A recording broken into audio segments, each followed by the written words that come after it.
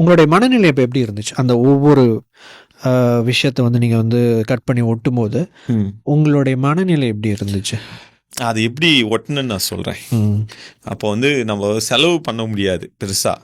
பக்கத்தில் இருக்கிற பழைய பேப்பர் கடைக்கு போயிட்டு 15 ரூபாய்க்கு வந்து இங்கிலீஷ் மேகசின்ஸ், பிஸ்னஸ் டுடே, அந்த மாதிரி இங்கிலீஷ் மேகசின்ஸு ஒரு கிலோ வாங்கிட்டு வரேன். 15 ரூபான்னு நினைக்கிறேன். அப்போ 1 கிலோ வாங்கிட்டு வந்து அதை வந்து புரட்டிட்டு அதில் இருக்கிறதெல்லாம் எதுலாம் எனக்கு தேவைப்படுதோ அதெல்லாம் ஒட்டிக்கிட்டேன்.